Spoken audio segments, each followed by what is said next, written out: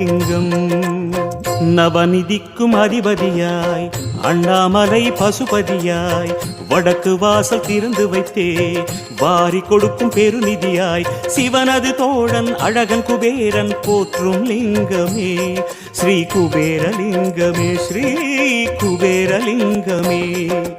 Kuberalingam